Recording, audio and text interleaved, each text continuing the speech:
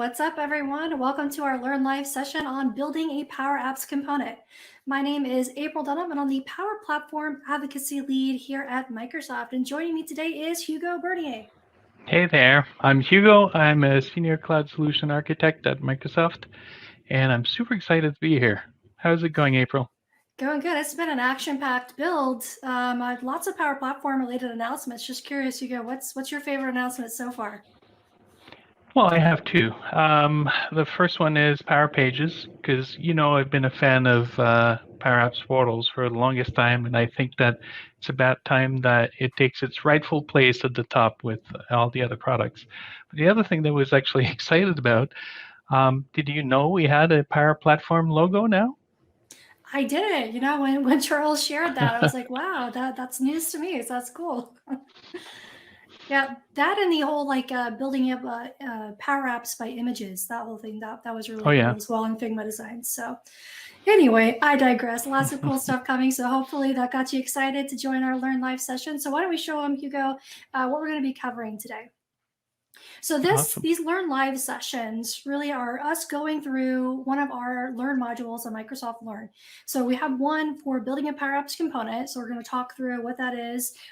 So make sure after this, you follow along with us today and get the ins and outs of components. And then after the fact, follow that link or the QR code there and go along and do the exercises that are in this module and take what you've learned today and put it into practice. Hugo, do you want to share kind of what our learning objectives are for this particular Learn Live session?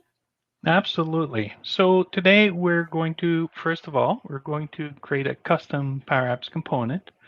Then we're going to create a code component solution package so we can deploy the solution. And finally, we're going to test and debug our code component.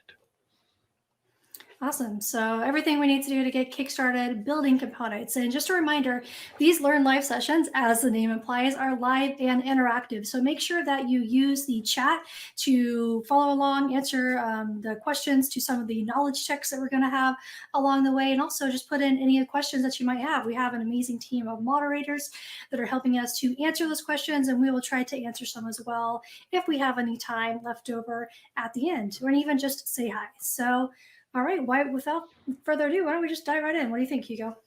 Let's do it.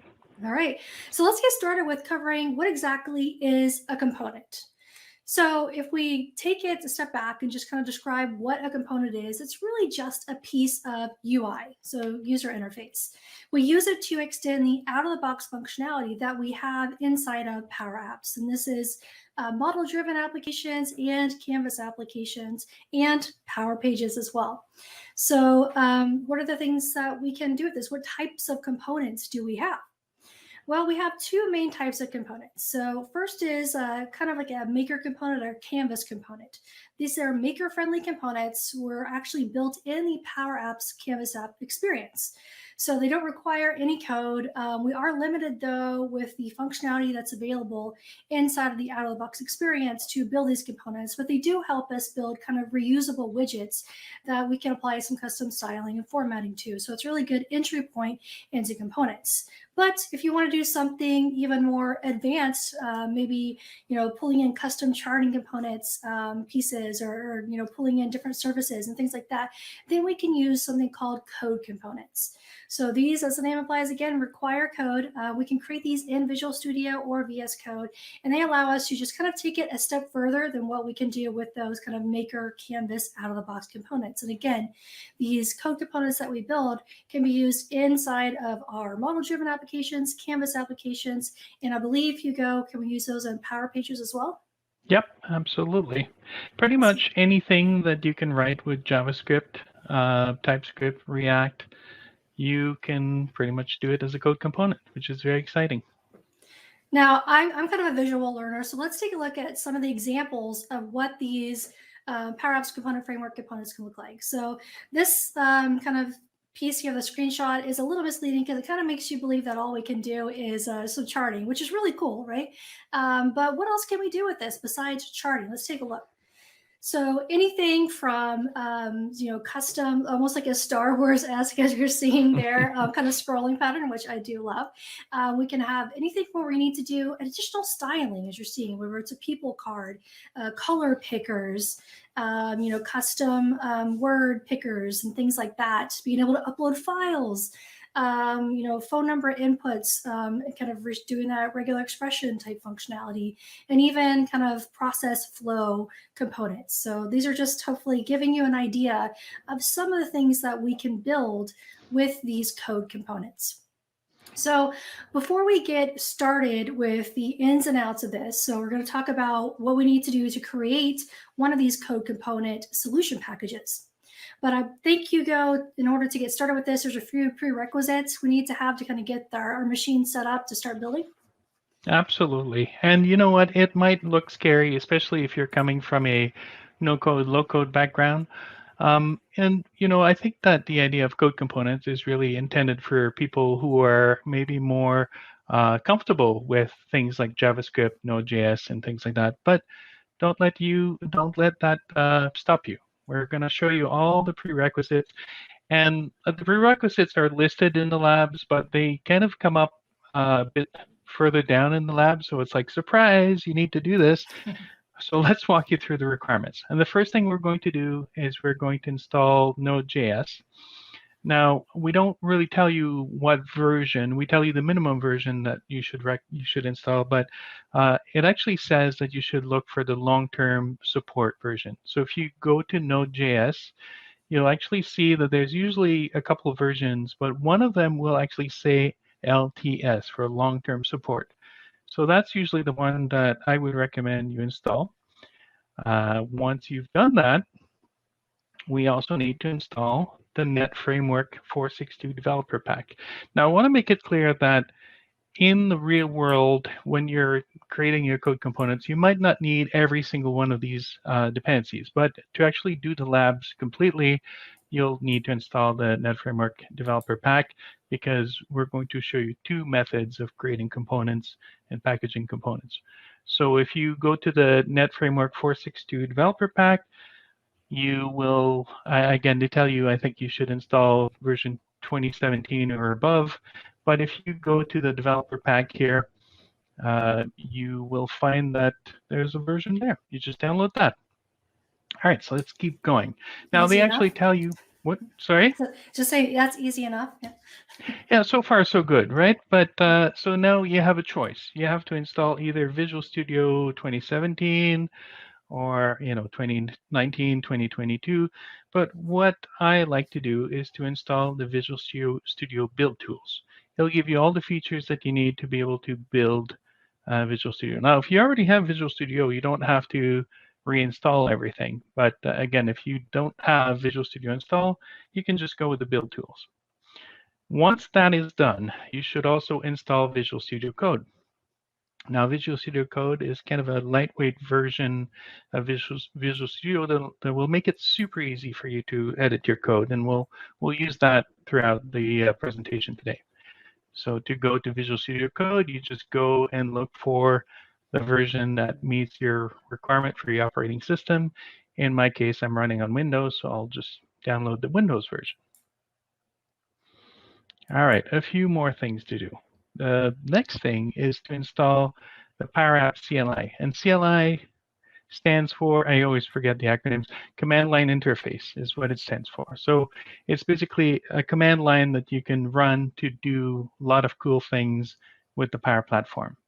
So you can download that at the URL that's listed here. Again, all those URLs are listed in the instructions as well.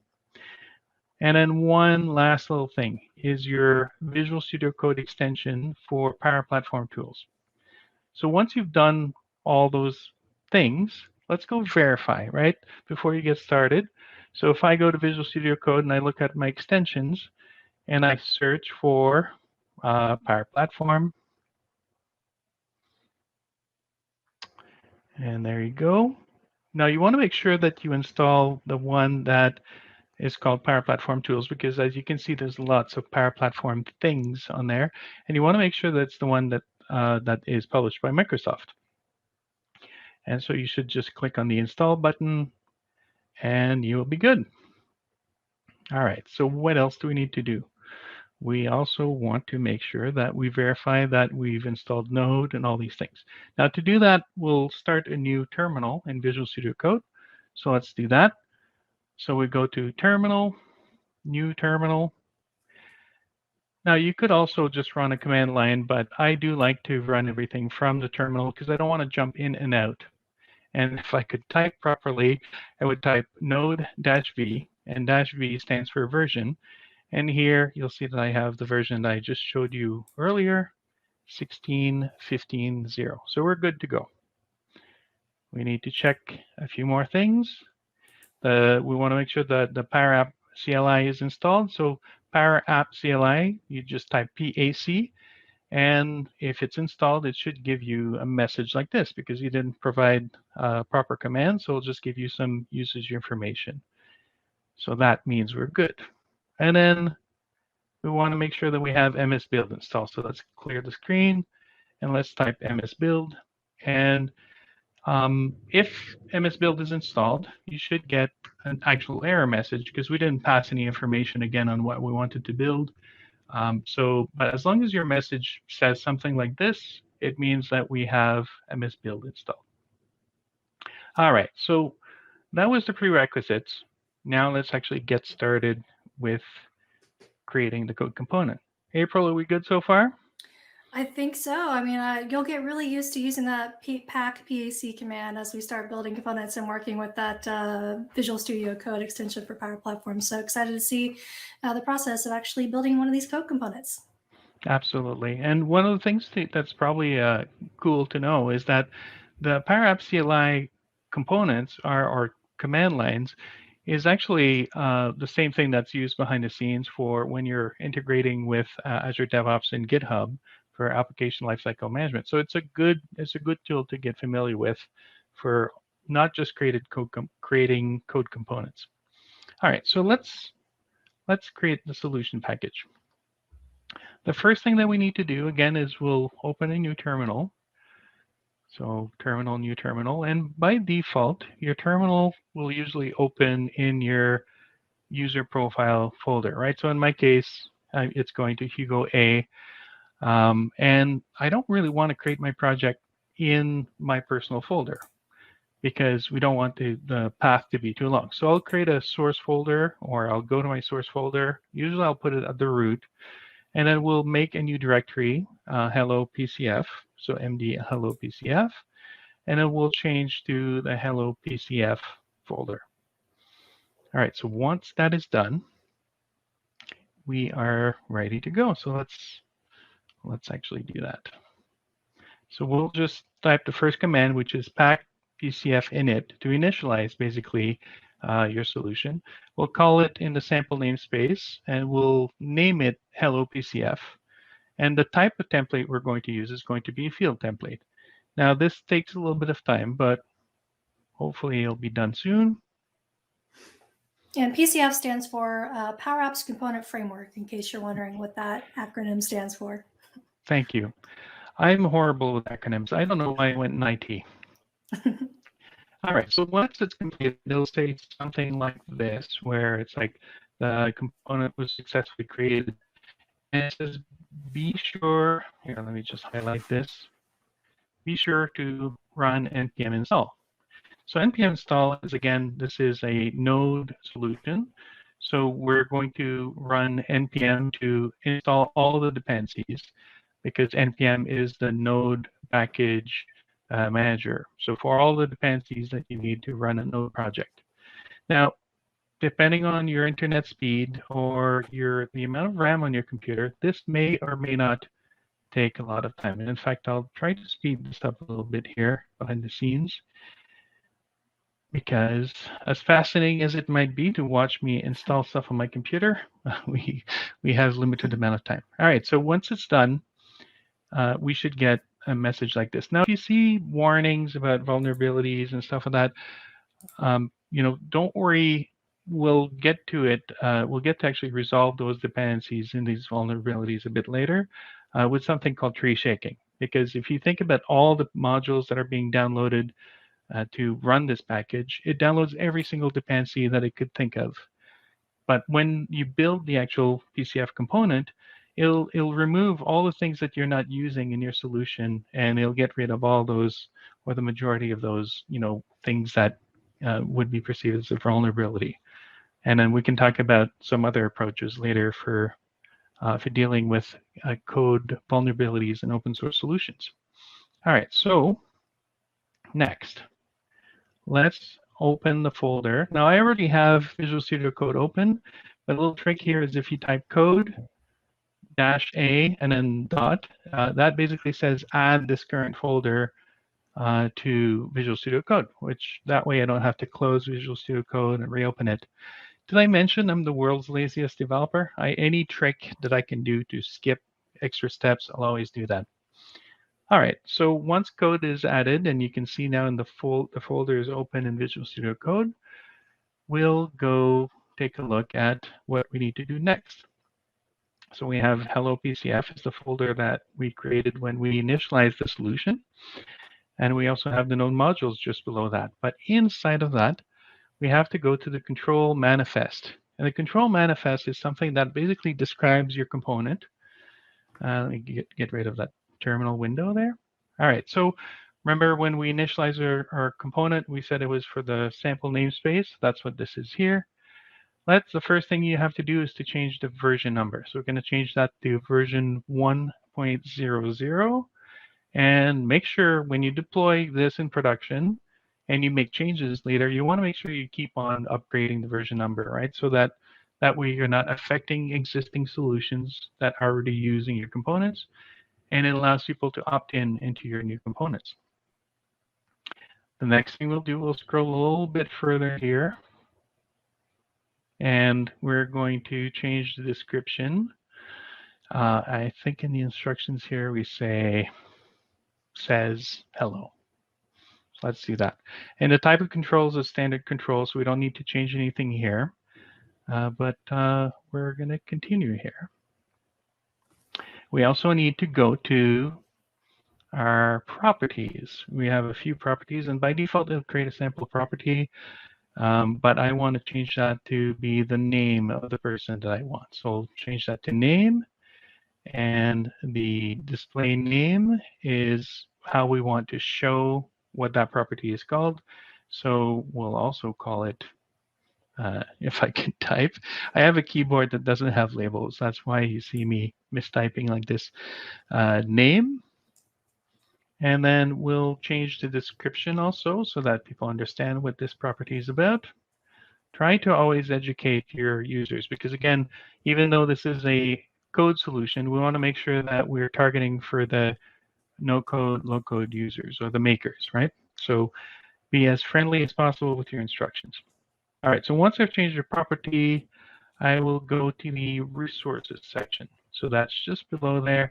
And by default, you'll see that I already have a resource that is my main page from my component.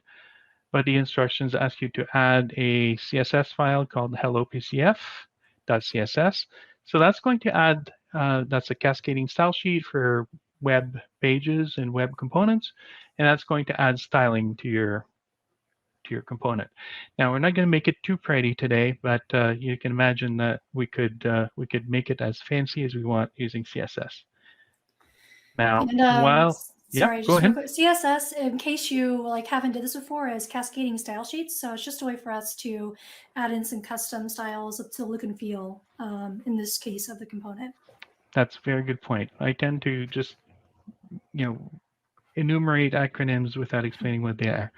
All right, so inside that folder where we are now, we're going to add a CSS folder, which I just did. And then I'm going to add, again, according to the instructions, I will just go add a CSS file. And we're not going to spend a lot of time in the lab for this because we just copy and paste the CSS. And so let's do that. We're going to go to the instructions. Let me just go copy that.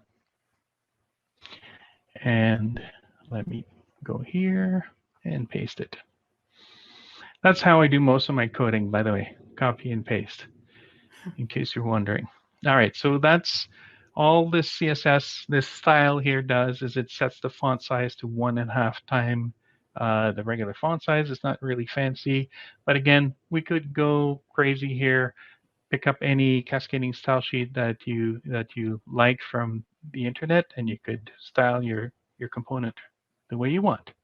Once that's done, we're going to need to do a few more things. So let's keep going here. So the first thing we're going to do, I do this all the time. I'll write a line of code or two, and then I'll build to make sure that I didn't introduce errors. And I like that in the labs we do that as well. So we're going to type npm run build from the terminal. Again, npm is node package manager, and we're just saying run the build command to build the component. And if everything goes well, you should not get any error. There you go. Whew. I was hoping it wouldn't get errors on my first demo. Okay, so now we want something to say succeeded. And trust me, it'll scream at you if it didn't succeed. But what you should also see is there's an out folder that got created where all the components that will be built will actually go in there. So we have the JavaScript bundle that got created. We got the manifest that describes the component, and we got the CSS folder that we created for the styling. So far, so good. Now let's kick it up a notch a little bit. But before I continue, just want to make sure everybody's okay here. Doing good. Lots of good comments here in the chat I'm seeing. Another note too that I noticed, like if you're interested in getting any Power Platform certification, particularly with the kind of traditional development integration with it, this lab will help you with the PL400 Power Platform Developer exam because it does cover these code components quite a bit. Absolutely. So here, what I'm doing is I'm going to the index.ts, and I'm going to go to the class, and just below the class, export class hello PCF, and above the constructor, I'm going to copy and paste the code. Now, all this does is it creates a bunch of variables that are going to be used throughout the component. But let's actually populate these variables with some code. So we're going to go a little bit further down. Let's go a little bit further down. There you go. And we're looking for the init function. And there's usually some code, some comment there. So I'll remove the comments and I'll paste the code that they tell us to do. So, and you'll notice here it says, hey, button click doesn't seem to exist yet. Well, that's because we're going to be adding this method a bit later down. So don't panic if you get an error message like this. Again, as long as it builds okay, once we're done copying the code, we're good. So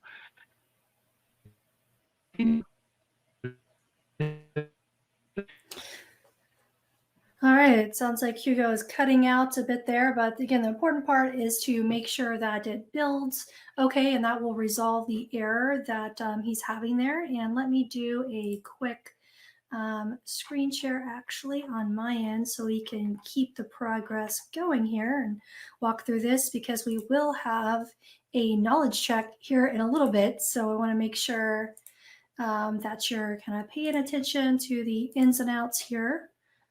What's going on. So just bear with me 1 second while I get some slides open.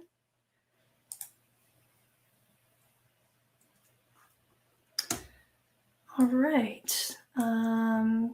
Just 1 second. Almost there.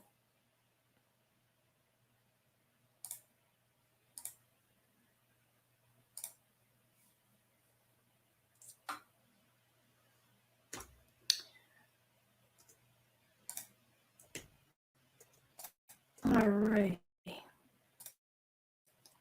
Cool. So let me get the share going. And we should be good. All right. So let's see. We already went through, let me hide that, through the font size piece here. So let's go back to this section here where we went through. So again, this is where we ran through, make sure that it succeeded and that it built. So we got that succeed message. We are good to go. Now here we go in our index. So we need to, we added that code into the init, as we saw, which is their initialization. So we're good there. And I believe we were at this point here, we're talking about the button click. So we get this kind of squiggly error as we see here, which it will resolve once we build this. So we're going to have that snippet there. We're going to just, again, copy and pasting, if you follow along after this in the module, the code that we have to put inside of this init method here. It's going to do something as simple as show a message when we click a button. So again, this is a hello world example here. It's not meant to kind of be anything complex, but show you the basics of getting started with building a code component. So we're just going to show the basics here. We can do things too. What we're seeing here is passing in parameters. So we're able to initialize a context parameter in this case, so that we can pass data back and forth to the component. So if you need to, if you have this running inside of a Power App, and you need to be able to take this and pass data into the component, or take data out of the component and pass it into your application, that's an example of how we can do this. So again, just trying to learn some basic concepts here from this example of how these code components work. So now that we have that all pasted in, our init method should be good to go. So it looks like we got everything that we need in there. So now let's move on. So now we need to do something on the button click. So when the button is clicked, we're going to actually paste in again some code from that module for an on button click method. So in here, we're just going to add a snippet from the module where it's going to get the output and the input, and it's going to get those as a message and a button, all that information there. So again, just copying and pasting some of the details there that we have. All right, so now that we have that, in just 1 second here, just moving his screen around, so bear with me. There we go. We're just going to keep pasting some of the code from the module here. What we're doing here is actually a flag mode where we can check to see if we are in edit mode. So when we're building Power Apps, we have the authoring canvas, which is the edit mode of the application. And then, of course, we have the kind of view mode when we're actually running the app as an end user. So that's kind of what we're trying to target here. We're going to change the button to say edit or save, depending on what mode that we're in. And now that we have that, we're getting there to the end, I promise, of configuring this code component here. We're going to locate the update view method, and we're going to replace it with the method that we're seeing here. So this checks for updates coming in from outside of the this.name. So that's what we're doing here. And we're going to simply pass in that message text of hello, and it's going to get in the name property that we defined earlier. Finally, we're going to locate the replace and get the get output to replace it with this method that, again, we're copying and pasting from the module here. So instead of just the return, we're going to actually return the name. And now that we have that, here we go. We need to add my favorite method, the destroy method. It sounds scary, right? But we're going to locate that, and we're going to place it with this code that basically just kind of clears everything out for us once we're done executing all of this. So that's really all that there is to it. Now that we have that, we need to do that npm node package manager run and to kind of build our solution again, because we made some changes. So, I think it's good practice to kind of along the way run that npm build.